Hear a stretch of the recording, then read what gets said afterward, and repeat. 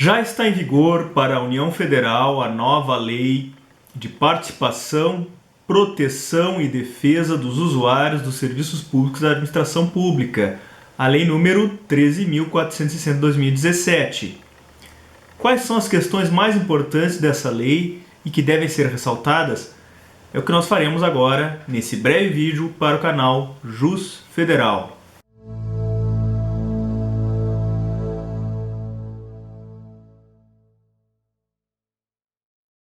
Já está em vigor, portanto, para a Administração Pública Federal e também dos estados, Distrito Federal e municípios com mais de 500 mil habitantes, a nova Lei de Participação, Proteção e Defesa dos Usuários dos Serviços Públicos da Administração Pública, a Lei número 13.460 de 2017.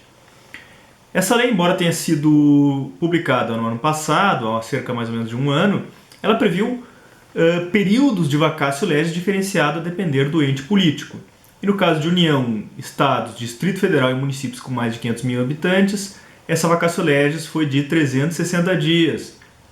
Ou seja, agora em junho de 2018 já iniciou a vigência dessa nova lei para a União Federal e para os entes da Administração Pública Federal. Essa lei veio regulamentar o artigo 37, parágrafo 3º, inciso 1 da Constituição Federal, que diz o seguinte: a lei disciplinará as formas de participação do usuário na administração pública, direta e indireta, regulando especialmente, inciso 1, as reclamações relativas à prestação de serviços públicos em geral, asseguradas a manutenção de serviços de atendimento ao usuário e a avaliação periódica, externa e interna, da qualidade dos serviços. Essa norma não é uma norma constitucional autoexecutável, portanto carece de regulamentação. Importante ressaltar que o inciso 2, por exemplo, desse artigo 37, parágrafo 3º, é regulamentado pela Lei de Acesso à Informação, a Lei 12.527, e o inciso 3, relacionado à disciplina da representação contra o exercício negligente ou abusivo de emprego, cargo, emprego ou função, ainda carece de uma regulamentação. Bom, preliminarmente, ainda de maneira bastante resumida, algumas considerações preliminares sobre essa lei.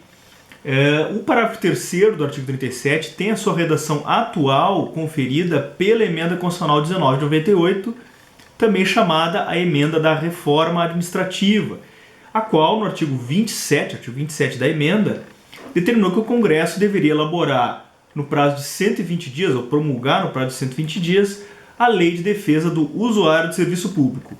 É evidente que o Congresso não cumpriu esse prazo que ele mesmo se atribuiu, e durante mais de 10 anos, 14 anos mais ou menos, o Congresso ficou inerte, e aí o que levou ao Conselho Federal da OAB a ajuizar uma ação direta de inconstitucionalidade por omissão, a ADO número 24, cujo relator, ministro Dias Toffoli, em decisão monocrática liminar, reconheceu a inércia legislativa, a mora legislativa e determinou a elaboração da lei no prazo de 120 dias.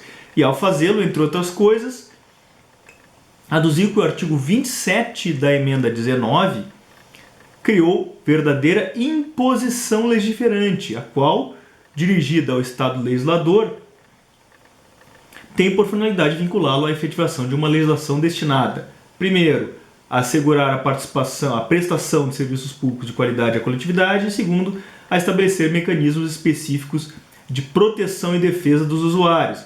Além disso, considerou que o fato de já tramitar na Casa um projeto de lei a respeito do assunto não afastava a inconstitucionalidade da inércia legislativa ou inércia deliberante.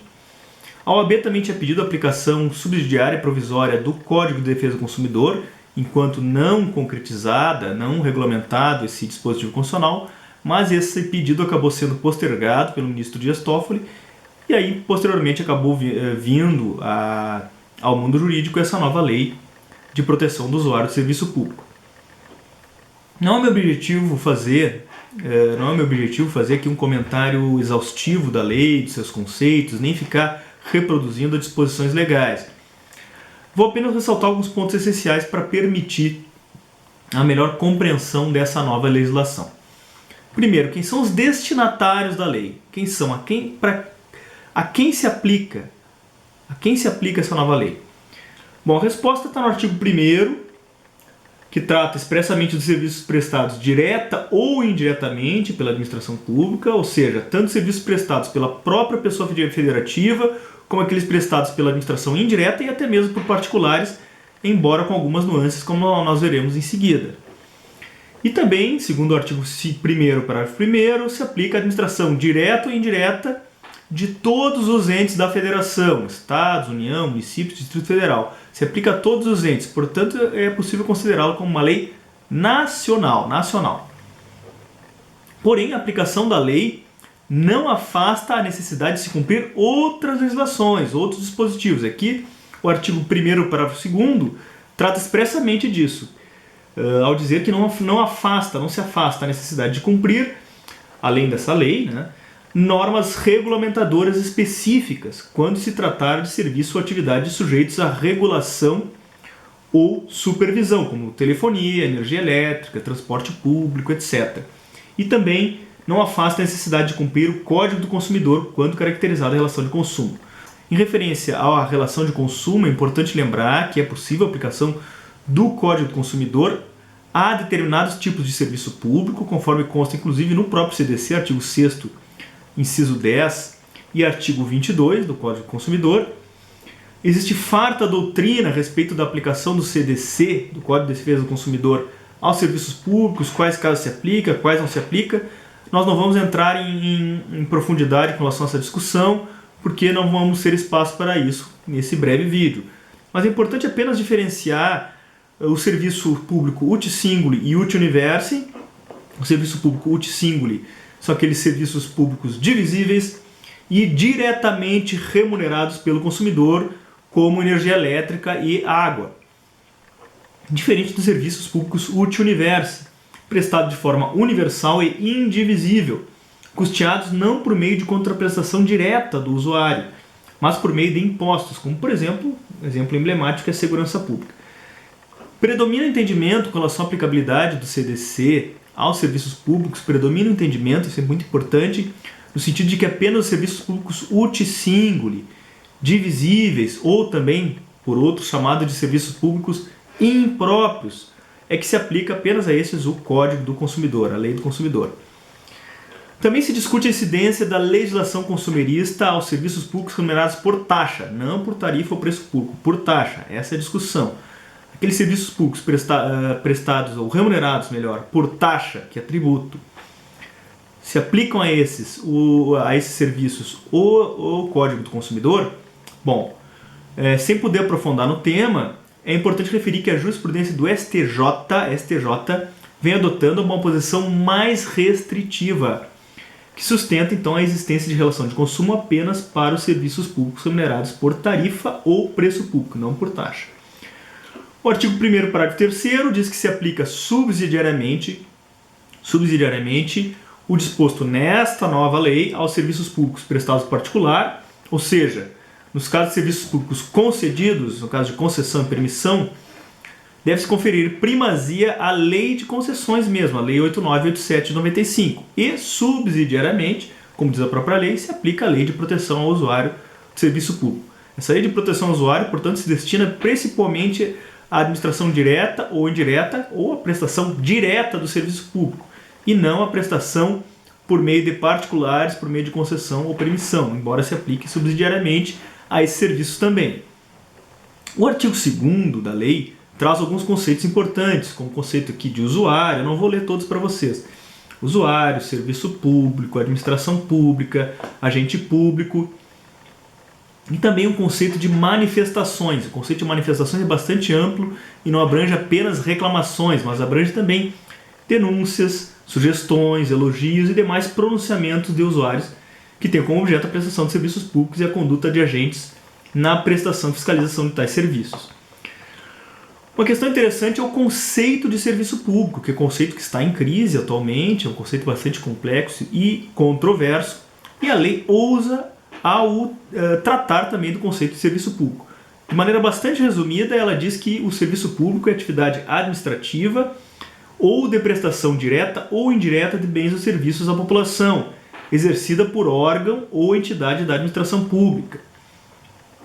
Portanto, ela é restrita à função administrativa de prestação de serviço.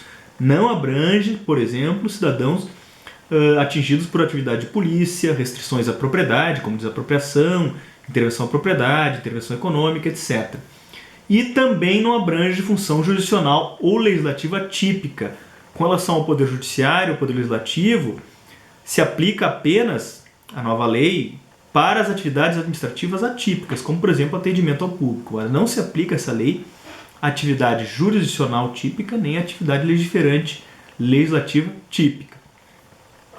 Essa lei, a lei, ao conceituar o serviço público, inclui um aspecto material objetivo, ou seja, a substância do conceito de serviço público, o que é exatamente serviço público, o aspecto subjetivo, ou seja, quem presta, qual sujeito que deve prestar o serviço público, mas também não se pode esquecer, quando se tratar de conceito de serviço público, o aspecto formal, ou seja, aquilo que advém do ordenamento jurídico e que a lei e a Constituição Federal qualifica como serviço público, como aliás decidiu o Supremo quando atribuiu aos serviços de correio a natureza de serviço público.